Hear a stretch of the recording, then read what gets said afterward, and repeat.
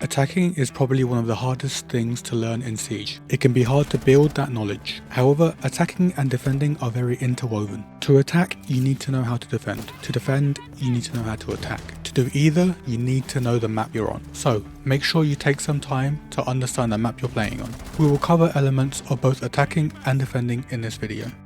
Before we can consider attacking or defending, we need to know the maps. Without good map knowledge, you will just constantly be lost in your rounds. You will be a lot more reactive than proactive, so you will be chasing something to happen to give you something to do, rather than making something happen yourself. Map knowledge can be broken down into three main components: callouts, verticality, and site setups.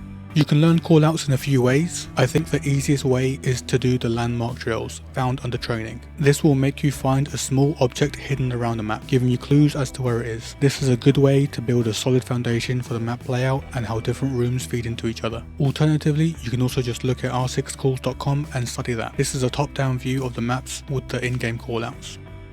Verticality is really important to know, as being able to play vertically opens up your gameplay a lot. Vertical pressure is really important to make anyone playing below uncomfortable. The best way to learn verticality, in my opinion, is to load up a custom for the map of your choice and pick Buck or Sledge. Go to the top floor and start breaking any floors you can to find out where they go. Then repeat this on any lower floors. You can also do this on Landmark Drill if you wish, but customs allow you to respawn and get into the next round quicker. This will help give you an idea of spots you can target that may put pressure on common anchor spots below. Woodbuck, you can also soft breach from below, so it can be worth going from bottom to top woodbuck. If you don't know the default setups, you don't know the map. It's not a particularly difficult thing to learn, and there are ways in which you can learn them. I do have a separate video on learning site setups, which goes over the fundamentals of site setups. However, there are other in-game resources available. Quick Match has a few preset site setups, including the rotates, based on community data. You can use this as a foundation to build upon. Have a look at what is set up, how it's set up, and what it does. Some of these presets will be better than others, so be aware of this. Field Training is a playlist where you pit yourself against AI. There is an option in the settings to have preset site setups for when you are on the defending side. You can use this as a basis to build upon and get some feedback on how the AI responds. I will admit the AI is a bit janky and can be very easily abused, so take this with a grain of salt. As long as you understand the theory behind everything and can justify your choices, that's all that matters. You can also observe your teammates in unranked and see how they set up.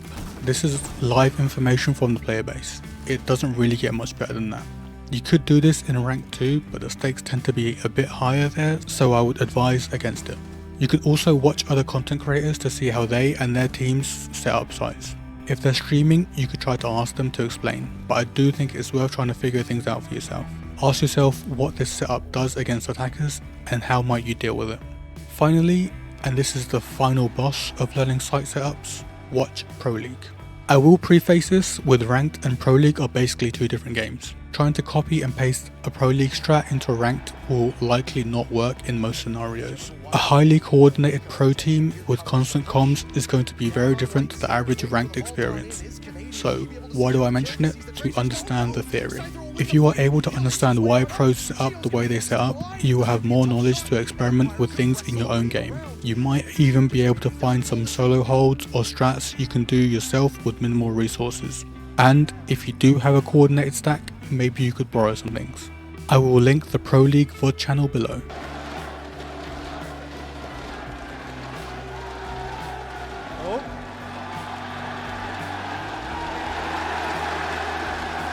Guided by your knowledge, you should be able to build and practice a site setup with the bare basics, reinforcements and destruction. You then add in the second layer, operator gadgets. If you are able to think about how certain gadgets can impact different areas or different holds, you then allow yourself to reconsider how the basic setup can be changed. Maybe having someone like an Azami might allow you to move a reinforcement somewhere else. Maybe playing vertically means you don't have to reinforce the hatches and can use those reinforcements somewhere else. You want to be able to get to a point where you can see who your teammates are picking and gauge how they might use their gadgets on the site you are defending. This may allow you to pick someone to support them or allow you to try something for yourself. Or, alternatively, if you notice your team are a bit hesitant to pick, you could try to suggest something and see how it plays out. If you have an idea, don't be afraid to share. Any losses you take are simply opportunities to learn and improve. Defending is probably the easier side to Siege as the timer works in your favour, so we'll cover this first. We'll cover 3 different roles in Siege. These will be an incredibly simplified way to look at the operators, so be aware of this. We'll look at these in terms of anchors and roamers, and their role in between, the shallow roamers or the extended anchors. Anchoring is probably the role people get introduced to first just by the nature of the game. These are the people that are holding down the site. You will usually want at least 2 anchors, 1 for each site. Some sites will let you get away with 1 depending on how you set them up, but we can save that for another day. Most anchoring operators will have something in their utility that helps them set up site, whether it's a secondary shotgun or an impact grenade. Make sure you understand the different site setup components so you implement them effectively. When the round starts, anchors may find themselves waiting for something to happen. It's not uncommon for anchors to be the last to get an engagement. If you find yourself looking for something to do, check the cams, especially at the beginning of the round. You can inform your roamers of the direction the attackers may come from based off the spawn cams. If 2 get shot out immediately but 1 is still up, you can see that there's nobody pushing from that side of the map. Or in the cases where they just don't destroy the cams, you can feed valuable intel to your team. This can also let you know if you can expect to find attackers pushing the site early on, from exterior facing walls or windows, or if they're going to be pushing from a different side entirely. If they are pushing site directly, you will know where to place yourself and may even be able to get a pick. If they are going a different direction, you may be able to offer support to anyone extending. The objective to anchoring is just to be that last line of defense. In some cases, like when a site has external access, you will also be the first line of defense, as your presence is a deterrent. The longer you stay alive, the more of a threat you are. Examples of anchoring operators include Maestro, Rook, and Mute. Extending is a key part of Siege. Its primary function is to give the defenders more breathing room to hold outside of the primary objective rooms, which can make it harder for the attackers to gain key map control. Some sites can feel very claustrophobic, but extending to an adjacent room can allow you to protect that site whilst also giving you more space. Extending can also allow you to open longer sight lines to make it harder for attackers to push. Just remember though that sight lines work both ways. Extending will usually be done either vertically, directly above a bomb site, or in an adjacent room. If a site has vertical play available, it's important to take that space. It makes it harder for attackers to get that map control and use it against you by soaking up utility that they would otherwise have been able to use applying pressure onto the site. It also reduces the time they have to be able to play from above and get the breaching they need to do done. In cases where they don't try to play from above, you can create the sightlines necessary to deny entry from above, or to go one step further, create the sightlines above common planting spots to deny the plant from above. This will force attackers to have to deal with you or fight a battle where you have the advantage. If you are playing from above, make sure you have fallback plans, whether that's falling back to another room where you can contest the attackers or just dropping a hatch to escape. Sometimes, if you know they only have one soft breacher, you can get a pick on their soft breacher and fall away immediately. This can make it much harder for them to play from above. In cases where you are extending to adjacent rooms, it helps if you have a rotate to get back to site. Anything other than default doorways, because they are predictable and can be pressured to keep you isolated from your team. If you're going to rely on a doorway, make sure you can get to it safely. Your anchors should be able to support you from the door or any sightlines created. It's key to know when to fall back. If the attackers are starting to apply more pressure, it's often better to just give them the space and stay alive than to just die trying to burn a few more seconds. An extra gun up in the closing seconds of a round can make all the difference. The objective of extending is to waste time and burn as much attacker utility as you can. The less utility that can be used to pressure the sites, the better it is for you. It usually helps to have something that can catch throwables like Wamai or Jaeger to support an extended hold and prolong its viability. It's harder to be flushed out if they can't stun, grenade or burn you. It's worth practicing extending a site in a custom game. This can let you identify the ideal setups and exactly what you'll need to extend, like reinforcements. If you need to reinforce things, those are walls you can't use on site, so you need to know where those walls are coming from. For instance, extending to an adjacent room means any shared walls between the rooms might not need to be reinforced. If you are extending above, this can get a little trickier and can be a choice between reinforcing hatches or not. Examples of operators that are good for extending include Azami, Wamai, Malusi, Goyo, Ella and Fenrir. Roamers, believe it or not, need to know site setups too. They often have the lowest setup times. Instead of running away and hiding, you should support your anchors in setting up the site. Not only will it get done quicker, but it also means that you know how the site is set up. This can influence your roaming, whether it's options on how to rotate back to site or being able to gauge how attackers might try to attack the site. You should also have a general idea of where you want to be. If you are going to do a deep roam, make sure you give yourself different escape avenues.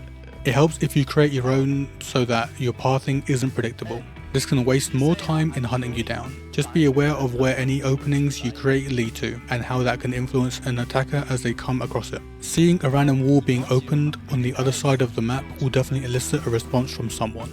At the beginning of the round, especially the first round of a match, you should get yourself somewhere safe and check the cams. This can help you identify how the attackers split themselves across the spawn points and approach the map, which can subsequently help you identify where you need to go or be. You should be aware of what's going on with your anchors and anyone else roaming or extending. If you're not getting much action, you may be able to flank, or if you're getting some heat, you might not want to rotate back to a teammate who's also in a gunfight.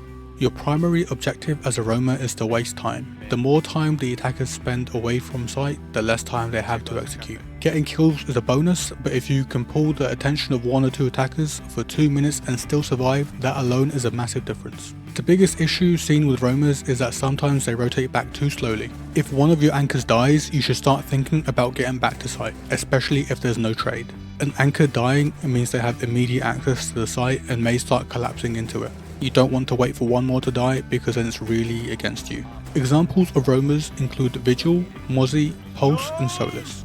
That was a basic overview of the defense. Remember, there's no one way to play Siege. You can roam with someone deemed an anchor or anchor with a roamer. As long as you are able to justify it and have both the utility and ability to make it work, it doesn't matter. Now, let's make like chickens and get to the other side.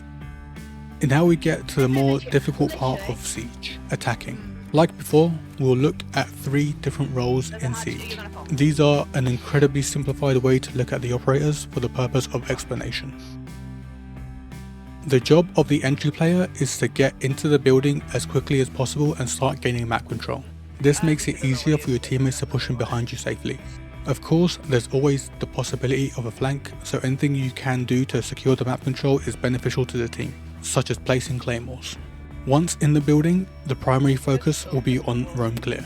Anyone that could flank you or get in your way, you will probably be engaging them first. This is really important as it helps to solidify any map control you gain and give you a numbers advantage that can make it execute much easier.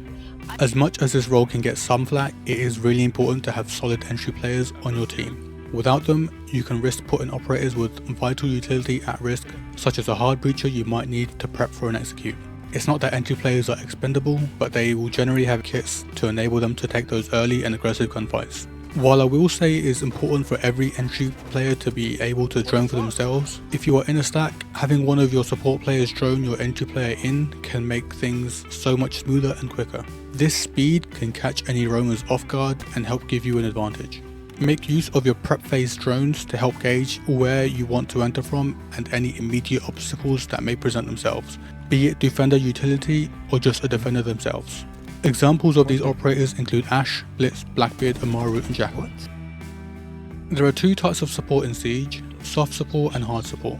Ordinarily they are just bundled onto support, but I have tried to simplify it for this video. It's an incredibly broad term and you could very easily argue most operators are some form of support. As you learn more about the operators, you will realize that support can be broken down into a lot of subcategories, but that's not the focus right now.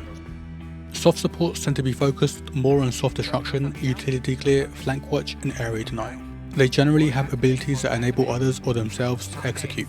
Support players will generally need to have an idea of what they want to do with their utility and what they may need in order to be able to achieve that. Use attacker repick to your advantage to counter a defensive setup any way you can. Set up your drones in key areas to see if defenders are going to try to hold them. If so, how? And how can you force them away? If not, how can you enable your team to be able to control and use those areas to your advantage? Supports will generally have a lot more flexibility in their role, but they need to be able to come up with several plans. Sometimes you want to do one thing, but the defenders have set up to make that a lot harder. Rather than spending your time trying to force it, is there anything else you could do that would still enable you to either apply some pressure or relieve some pressure? Examples of soft supports include Capital, Gridlock, Zero, Flores and Fuse.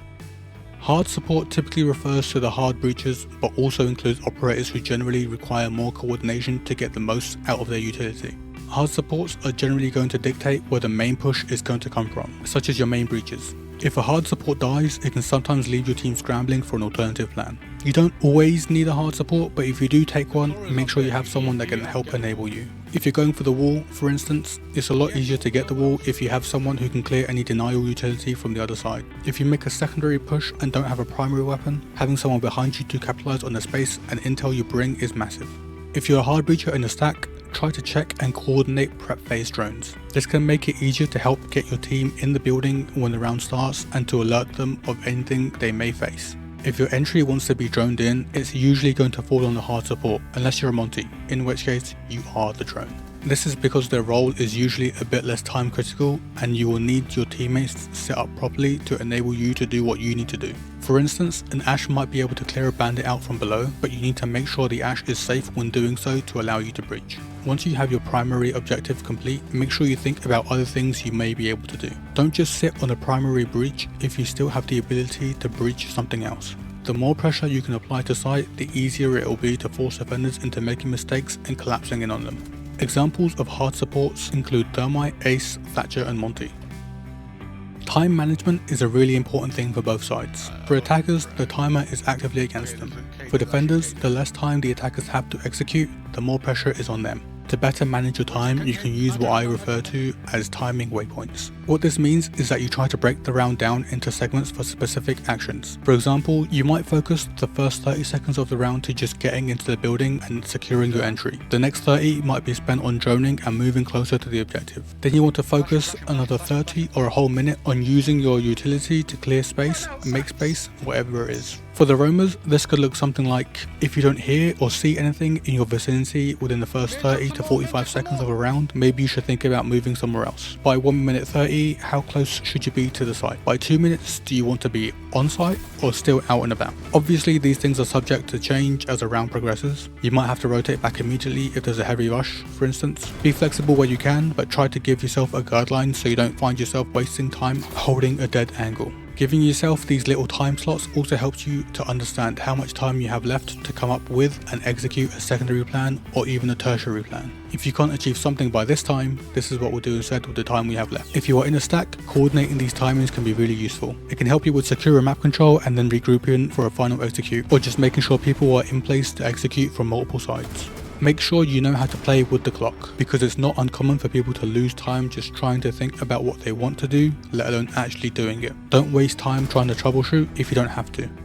Filling is basically trying to find a gap in the team's lineup and, well, filling it. It's usually what flex players do, which is what I encourage everyone to become. Here we will cover how to read a lineup and fill. Before we can try to fill, we need to be able to read into the lineup we have. When doing this, you have to keep in mind what site you will be attacking or defending. There's more leniency on the attacking side due to attacker repick. If you're defending, you don't have the luxury of a repick, so it's important that you pick someone suitable. If you are defending, you need to consider, will we need wall denial? Is there an important wall? And has someone else already picked denial? If not, then it's pretty easy for you to fill that gap. If you have someone playing denial or you just don't need it, look at who your other teammates are picking. Is there someone who has a utility to set up for a vertical or extended hold? Is there a key area of the map that is easier defended with certain operators, and are those operators in the lineup? You need to be thinking about the space you want to inhibit that your teammates may not be thinking about, and how you can enable yourself to do this within the constraints of a default setup. For example, I had a game on Clubhouse and we went to defend CC Cash. I noticed that nobody seemed to pick towards defending Garage, so I picked Azami and put my focus towards Garage. The attackers struggled to get the wall open, but because I was holding Garage, they couldn't do a late rush through Garage. Obviously, we didn't win that round solely because I picked Azami, but it meant the attackers had less options because they hadn't picked anyone to counter me. For attacking, filling is a little easier, as you get to drone and counterpick as required. However, the operator choices indicate how people intend on playing the round. Being able to read into this can help you build your own plan on how you intend to play the round. To do this, make sure you pay attention to your teammates' drones. Their operator choice combined with where they place their drone is usually an indication of where they will enter from and what space they are planning on taking. Is that space you also wanted to take? If so, how could you help secure that? If not, how does a teammate moving there impact where you want to play? For instance, something I sometimes see is a Ram and Fuse pick when Verticality is available. Due to Ram's destructive abilities, her drones can make it awkward for anyone to play from above, but it really inhibits Fuse. Is it worth covering so Fuse can deploy his clusters and clear space and utility from above, or do you need to deploy yours first? Is there somewhere else you could begin breaching whilst Fuse focuses on an area? Or if you're Fuse and you notice Ram has already begun breaching, what other options might you have? Maybe if you notice a Ram pick, you might consider switching to someone else entirely. The simplest way to fail on attack, similarly opposite to defense, is breaching. Is there an important wall that needs opening? Have you got a hard breacher? And if so, is there someone to support the hard breacher? Outside of that, it can be a bit more flexible depending on what you may notice in the prep phase or what the map allows you to do.